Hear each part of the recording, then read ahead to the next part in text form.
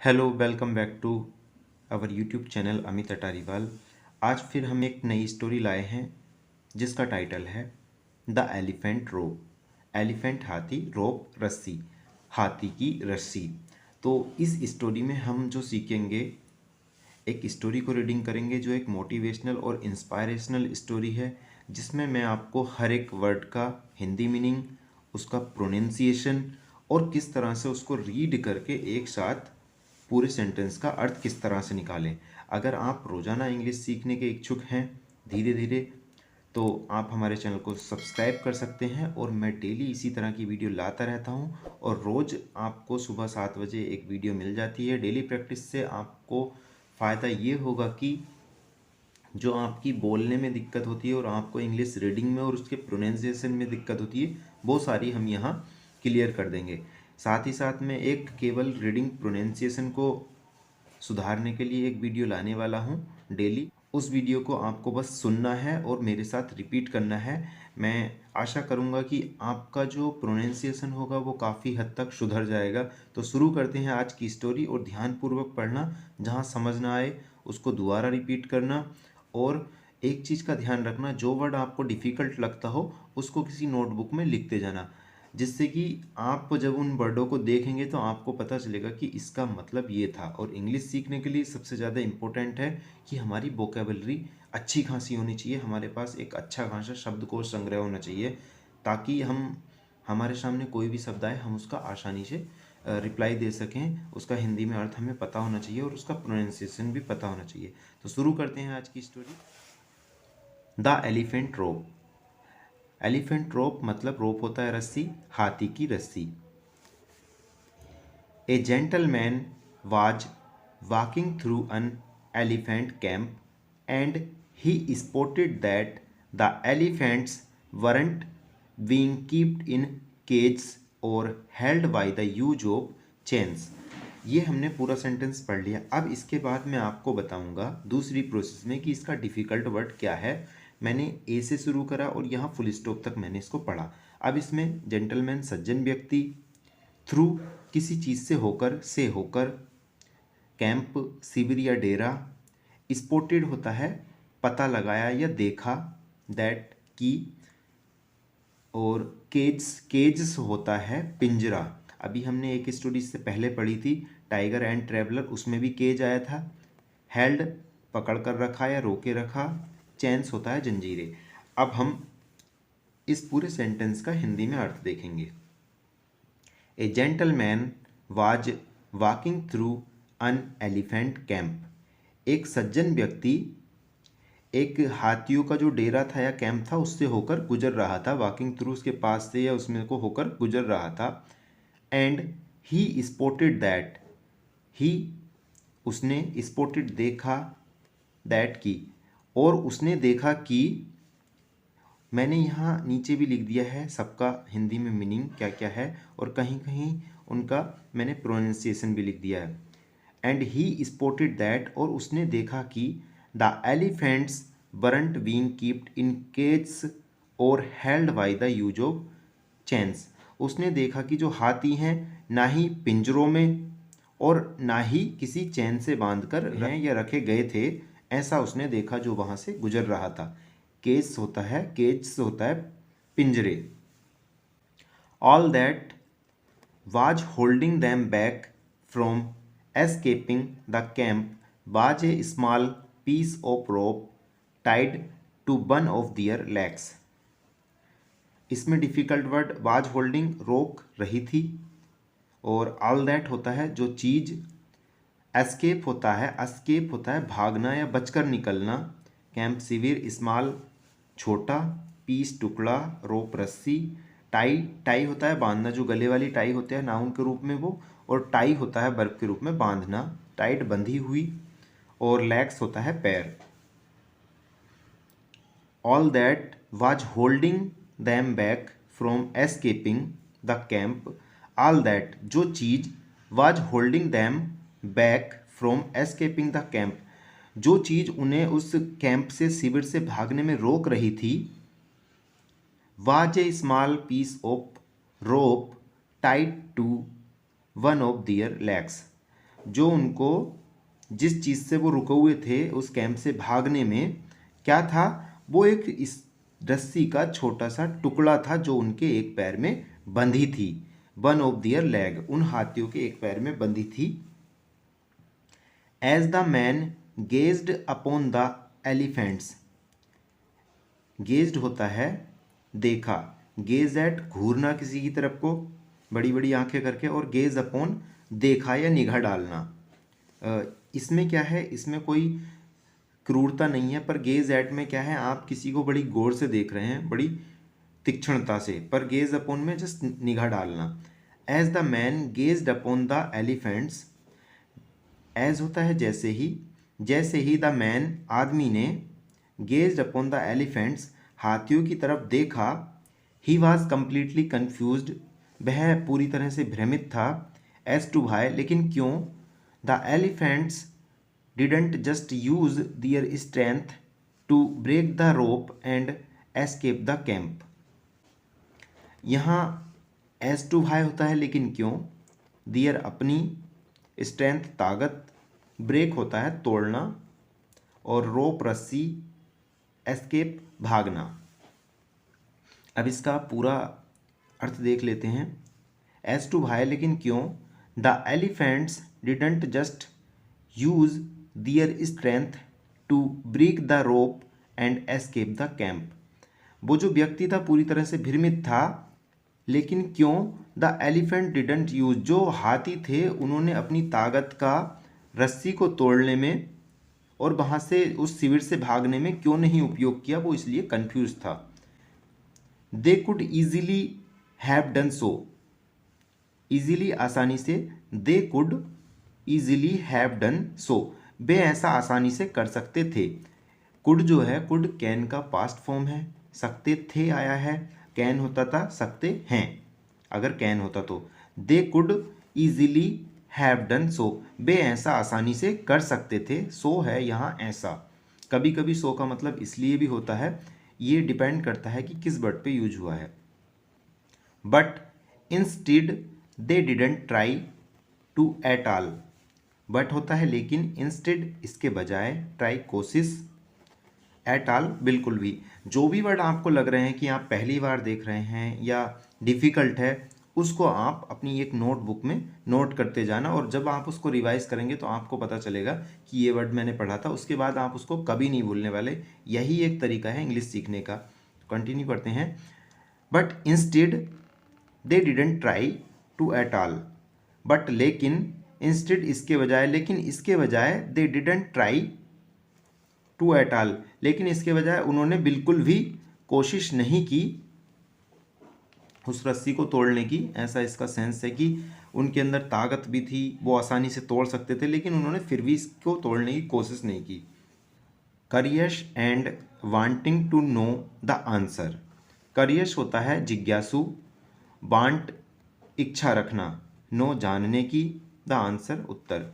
करियस and wanting to know the answer, जिज्ञासु और उत्तर जानने की इच्छा रखते हुए, ही कौन, जो वो जेंटलमैन था, ही asked a trainer nearby, उसने जो पास का एक प्रशिक्षक था उससे पूछा, नियर बाई होता है पास का, ट्रेनर प्रशिक्षक, आस्क्ड पूछा, he asked a trainer nearby, उसने पास के एक प्रशिक्षक से पूछा, why the elephants were just standing there and never tried to escape.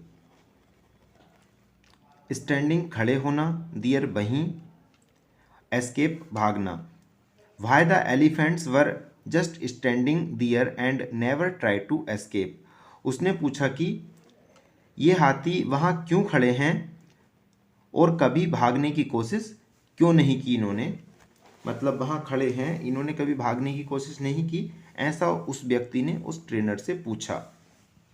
The trainer replied, प्रशिक्षक ने जवाब दिया, when they are very young and much smaller, we use the same size rope to tie them and at that age it's enough to hold them.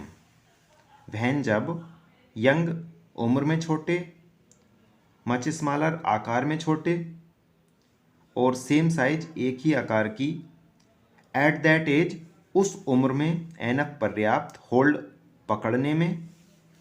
अब हम इसका हिंदी में अर्थ देख लेते हैं। हमने यहाँ से लेके ये फुल स्टॉप तक पढ़ लिया है। और एक चीज़ और बता दूँ, ये इन्वर्टेड कॉमाज में जो शुरू होता है सेंटेंस, वो एज इट इज़ होता है जैसा कि वहाँ कहा गया हो।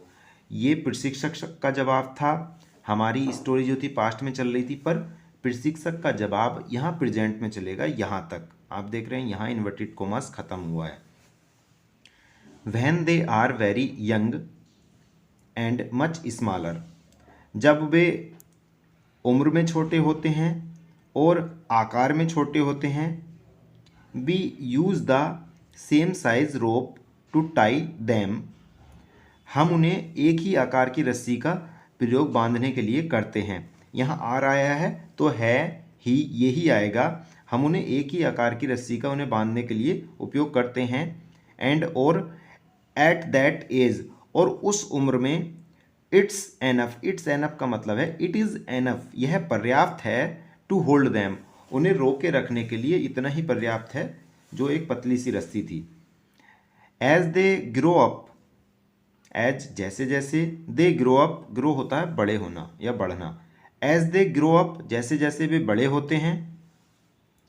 दे are condition to believe they can not break away, they are condition to believe, इसका मतलब है वो ऐसा मानने लगते हैं या उनके अंदर धारणा आ जाती है। They can not break away, वो इस रस्सी से अलग नहीं हो सकते, उनके अंदर ऐसी धारणा आ जाती है। कंडीशन होता है, शर्त वाला ही है ये। They believe the rope can still hold them, they believe, वे विश्वास करते हैं, वे विश्वास करते हैं द रोप, रस्सी, कैन स्टिल, स्टिल होता है अब तक, कैन स्टिल होल्ड दैम, उन्हें अब तक रोके रख सकती है, मतलब वो उसको नहीं तोड़ सकते। सो इसलिए they never try to break free, break free होता है मुक्त होना, और ट्राई कोशिश। सो इसलिए they never try to break free, इसलिए कभी उन्होंने मुक्त होने की कोशिश नहीं की। यहाँ हमारा यहाँ हमारा इन्वर्टेड कॉमा खत्म हो गया है। तो ये क्या था, ये उस व्यक्ति का जो प्रशिक्षक था उसका पूरा सेंटेंस था इन्वर्टेड कॉमास के अंदर, जैसा उस व्यक्ति को एट इट इज बताया गया था उस प्रशिक्षक द्वारा। द ओनली रीजन दैट, एकमात्र कारण, दैट कि the elephants weren't breaking free and escaping from the camp was that over time they adopted the belief that it just wasn't possible. The only reason that, अब यहाँ एक कारण था कि, अब था कि क्यों लगाएंगे, था हम इसलिए लगाएंगे, सेंटेंस पास्ट में जा रहा है इसलिए था जाएगा। द ओनली रीजन दैट, एकमात्र कारण था कि, इसलिए हमें पूरा सेंटेंस पढ़ना पड़ता है कि पता चल जाए हमें क्या लगाना है। द ओनली रीजन दैट, एकमात्र कारण था कि, the elephants weren't breaking free, जो हाथी थे वो कभी मुक्त नहीं हो रहे थे, and escaping from the camp, और उस शिविर से नहीं भाग रहे थे, वाज दैट ओवर टाइम, क्योंकि यहाँ दैट क्योंकि, दैट क्योंकि, ओवर टाइम समय के साथ, they adopted the belief that it just wasn't possible, वो ऐसा मान चुके थे, एडोप्ट किसी चीज़ को स्वीकार करना, किसी धारणा को, वो ऐसा मत मान चुके थे, ऐसी धारणा मान चुके थे, दैट कि इट जस्ट वाजंट पॉसिबल, यह संभव नहीं है और ना ही यह संभव था, ऐसा वो मान चुके थे। अभी जो हमने स्टोरी पढ़ी वो कंप्लीट हो गई। अब ये है उस स्टोरी का moral of the story. Moral क्या होता है, उससे हमें क्या शिक्षा मिलती है, वो हमें इसमें देखना है। हमने पूरी स्टोरी तो पढ़ी, हाथी थे, बंधे हुए थे, पतली सी रस्सी थी, जन्म से उसी रस्सी में बंध रहे हैं, कमज़ोर हो गई हुई, तोड़ सकते थे पर नहीं तोड़ी। अब इस कहानी का मोरल क्या है, उद्देश्य क्या है, वो हमें यहाँ से पता चलेगा। No matter how much the world tries to hold you back, world होता है दुनिया, ट्राइज कोशिशें, होल्ड रोकना, no matter how much the world tries to hold you back, फर्क नहीं पड़ता कि दुनिया आपको रोकने की कितनी भी कोशिश कर ले, always continue with the belief that what you want to achieve is possible, हमेशा इस विश्वास के साथ जारी रहें दैट कि what you want to achieve, जो तुम हासिल करना चाहते हो, इज पॉसिबल, संभव है। दुनिया आपको कितना भी रोकने की कोशिश करे लेकिन अगर आप इस विश्वास के साथ कि जो तुम्हें हासिल करना है वो आप पा के रहोगे तो वो हमेशा संभव है, उसे आप अचीव कर सकते हो। Believing you can became successful is the most important step in actually achieving it, most important, most सबसे इम्पोर्टेंट महत्वपूर्ण, बिलीविंग विश्वास करते हुए, सक्सेसफुल होता है सफल, स्टेप कदम, एक्चुअली वास्तव में, अचीविंग हासिल करना। अब इसका हिंदी में मीनिंग देख लेते हैं। बिलीविंग यह विश्वास करते हुए, you can Beckham successful is the most important step in actually achieving it, यह विश्वास करते हुए कि तुम सफल हो जाओगे, ये सबसे महत्वपूर्ण चीज़ है या सबसे महत्वपूर्ण कदम है किसी भी चीज़ को पाने का।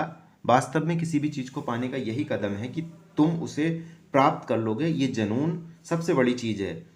अब इस स्टोरी से हमें क्या मिलता है, अगर वो हाथी उस रस्सी से निकलने की सोचते, उस धारणा से निकलने की सोचते तो वो निकल जाते, पर उन्होंने एक विश्वास मान लिया था कि मैं तो इस कंडीशन से निकलूंगा ही नहीं।